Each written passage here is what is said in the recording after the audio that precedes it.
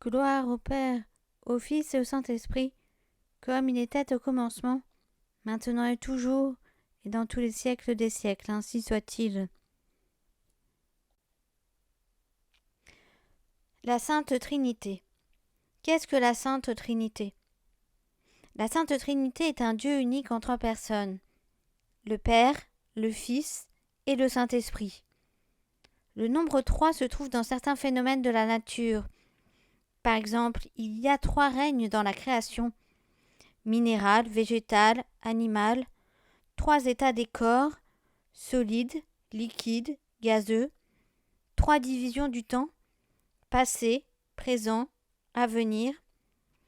Cependant, il nous est difficile de comprendre comment 3 personnes divines ne peuvent être qu'un Dieu. C'est un mystère. Un mystère est une vérité que nous ne pouvons comprendre parfaitement ici sur la terre, mais que nous devons croire parce qu'elle a été révélée par Dieu, qui ne peut ni se tromper ni nous tromper.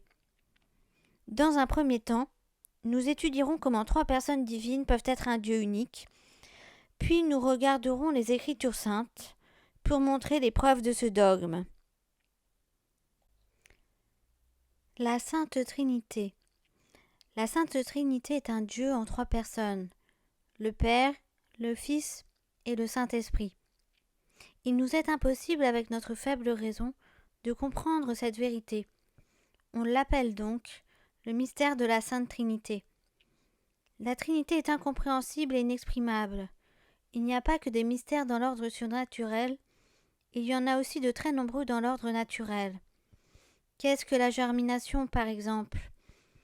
Comment se fait-il qu'un grain de blé jeté en terre germe et devienne un épi?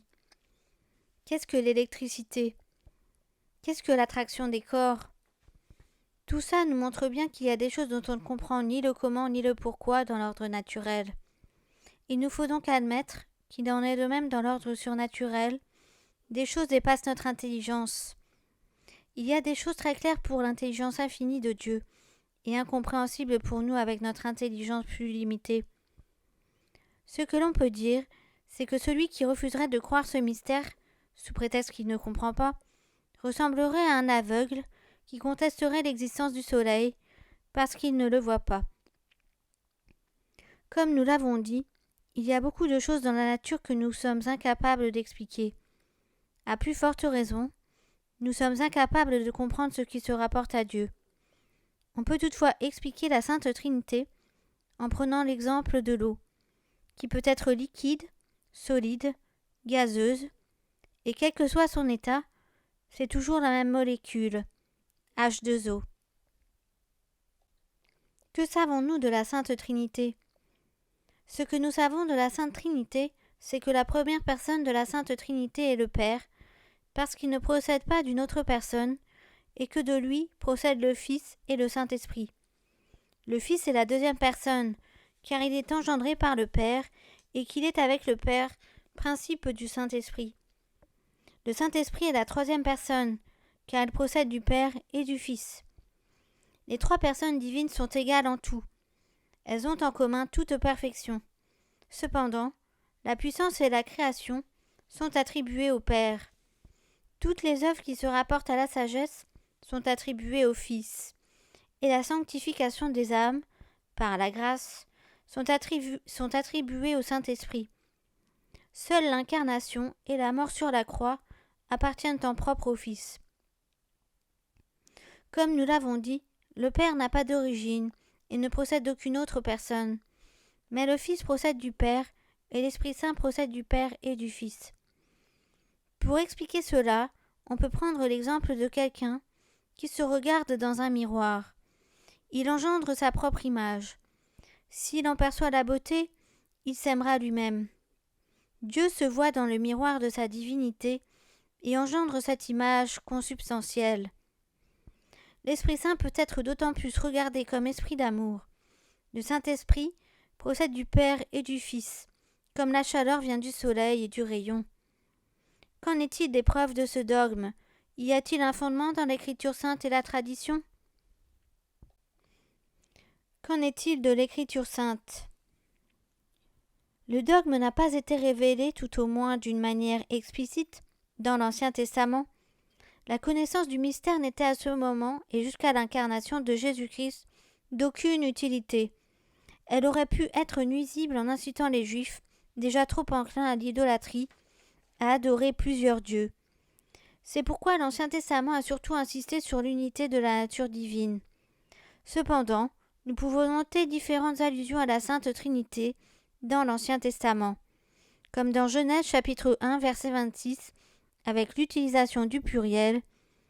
Puis Dieu dit : Faisons l'homme à notre image, selon notre ressemblance, et qu'il domine sur les poissons de la mer, sur les oiseaux du ciel, sur les animaux domestiques et sur toute la terre, et sur les reptiles qui rampent sur la terre. Ou encore avec la répétition 3 fois de suite dans Isaïe chapitre 6 verset 3, et ils criaient l'un à l'autre et disaient : Saint, Saint, Saint est Yahvé des armées, toute la terre est pleine de sa gloire. Ou encore dans Psaume chapitre 29 versets 1 à 2, Psaume de David. Donnez à Yahvé, Fils de Dieu, donnez à Yahvé gloire et puissance, donnez à Yahvé la gloire de son nom, adorez Yahvé dans de saints ornements. Il y a aussi le psaume d'Asaph qui utilise la répétition et la déclinaison du nom de Dieu. Dans Psaume chapitre 50 verset 1, Psaume d'Asaph. Dieu, Elohim, Yahvé, parle et convoque la terre, du lever du soleil à son couchant. Autre allusion à la Sainte Trinité dans Genèse chapitre 18 versets 1 à 3, dans lesquels Abraham voit le Seigneur en 3 personnes. Yahvé lui apparut au chêne de Mambré. Comme il était assis à l'entrée de la tente pendant la chaleur du jour, il leva les yeux et il regarda. Et voici que 3 hommes se tenaient debout devant lui. Dès qu'il les vit, il courut de l'entrée de la tente au-devant d'eux, et s'étant prosterné en terre, il dit : Seigneur, si j'ai trouvé grâce à tes yeux, ne passe pas, je te prie, loin de ton serviteur. Comme nous l'avons vu, il y a plusieurs allusions à la Sainte Trinité dans l'Ancien Testament. Qu'en est-il du Nouveau Testament ? On peut noter dans le Nouveau Testament, et en particulier dans les Évangiles, une claire révélation du dogme. En effet, il est formellement question des 3 personnes à la fois au baptême du Christ. Dans Matthieu chapitre 3 versets 16 à 17, Jésus ayant été baptisé, sortit aussitôt de l'eau. Et voilà que les cieux lui furent ouverts, et il vit l'Esprit de Dieu descendre comme une colombe, et venir sur lui. Et du ciel une voix disait : Celui-ci est mon Fils bien-aimé, en qui j'ai mis mes complaisances. Le mystère de la Sainte Trinité nous est révélé dans le baptême de Jésus-Christ, le Fils qui est baptisé, l'Esprit Saint qui descend sous la forme d'une colombe, le Père dont la voix rend témoignage à son Fils. Quoique le Père, le Fils et l'Esprit Saint n'aient qu'une seule et même nature, cependant nous devons croire très fermement qu'ils forment 3 personnes distinctes. Le Père qui fait entendre ses paroles, le Fils sur lequel retentit la voix du Père, l'Esprit Saint descendu sur le Christ après son baptême, sous la forme d'une colombe. C'est donc ici que fut révélé au monde le mystère de la Sainte Trinité, qui n'était jusqu'alors révélé aux Juifs que d'une manière obscure. Autre texte de l'Évangile où il est formellement question des 3 personnes à la fois, lors de la promesse du Saint-Esprit, quand avant de monter au ciel, Jésus annonce à ses apôtres la venue du Saint-Esprit, dans Jean chapitre 14 versets 16 à 17. Et moi je prierai le Père, et il vous donnera un autre consolateur, pour qu'il demeure toujours avec vous. C'est l'Esprit de vérité, que le monde ne peut recevoir, parce qu'il ne le voit point et ne le connaît point. Mais vous le connaissez, parce qu'il demeure au milieu de vous, et il sera en vous. Le texte désigne à la fois les 3 personnes et leur nature divine, puisqu'il est dit du Saint-Esprit qu'il est esprit de vérité, chose qui n'est possible qu'à Dieu. Autre texte de l'Évangile dans lequel il est question de la Sainte Trinité, lors de la formule du baptême dans Matthieu chapitre 28 verset 19. Allez donc enseigner toutes les nations, les baptisant au nom du Père et du Fils et du Saint-Esprit. Telle est la forme du sacrement de baptême. Je vous baptise au nom du Père et du Fils et du Saint-Esprit, par lequel nous professons notre foi en la Sainte Trinité et la divine unité, disant au nom au singulier et pas au nom au pluriel. Autre texte de l'Évangile où il est formellement question de la Sainte Trinité, dans Jean 1, chapitre 5, verset 7. Car il y en a 3 qui rendent témoignage dans le ciel, le Père, le Verbe et l'Esprit, et ces 3 sont un. Nous avons vu que les Saintes Écritures prouvent le dogme de la Sainte Trinité, que ce soit dans l'Ancien Testament, avec différentes allusions, et dans le Nouveau Testament de manière explicite. Qu'en est-il de la tradition ? La tradition est-elle explicite en faveur de l'existence de la Sainte Trinité ? La tradition est explicite en faveur de la Sainte Trinité. Les premiers chrétiens sont en effet unanimes à y croire. Non seulement ils y croient, mais ils sont prêts à verser leur sang pour confesser leur foi en la divinité des 3 personnes, et tout particulièrement en celle de Jésus-Christ. Nous notons aussi le même témoignage chez les pères et docteurs de l'Église. Les liturgies les plus anciennes témoignent de l'existence de la Sainte Trinité, avec par exemple toutes les prières, toutes les bénédictions, tous les actes importants du culte, qui commencent et finissent par le signe de la croix, ou la doxologie.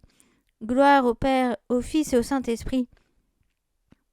Que pouvons-nous en conclure ? Pour résumer, nous avons donc vu tout d'abord que le dogme de la Sainte Trinité est un mystère. Cependant, nous pouvons le comparer à l'eau, qui peut être liquide, solide ou gazeuse, et qu'elle a, quel que soit son état, toujours la même molécule, H2O. Nous avons aussi comparé la Sainte Trinité à une personne qui se regarde dans un miroir, qui engendre son reflet et qui aime ce reflet. Nous avons vu que la Sainte Trinité est un Dieu unique en 3 personnes distinctes, que la puissance et la création sont attribuées au Père, que toutes les œuvres qui se rapportent à la sagesse sont attribuées au Fils, et que la sanctification des âmes est attribuée à l'Esprit Saint. Nous avons aussi montré les preuves de ce dogme avec différentes allusions dans l'Ancien Testament et des passages explicites dans le Nouveau Testament. Il y a une claire révélation de la Sainte Trinité. Pour conclure, les catholiques ne sont pas polythéistes. Ils adorent un Dieu unique qui s'est révélé dans l'Ancien Testament, qui insiste surtout sur l'unicité de Dieu, et qui affirme clairement dans le Nouveau Testament que Dieu est un Dieu unique en 3 personnes distinctes, le Père, le Fils et le Saint-Esprit. Nous avons vu aussi que la tradition reconnaît ce dogme à travers la liturgie, les prières qui commencent par « Au nom du Père et du Fils et du Saint-Esprit » ou encore par cette invocation « Gloire au Père, au Fils et au Saint-Esprit ». Cette vidéo s'achève. N'hésitez pas à cliquer sur j'aime, à partager cette vidéo ou à laisser un commentaire. Pour faire cette vidéo, je me suis inspirée de différents catéchismes, dont celui de l'abbé Spirago ou encore celui de l'église Saint-Nicolas du Chardonnay. Je vous remercie pour votre écoute.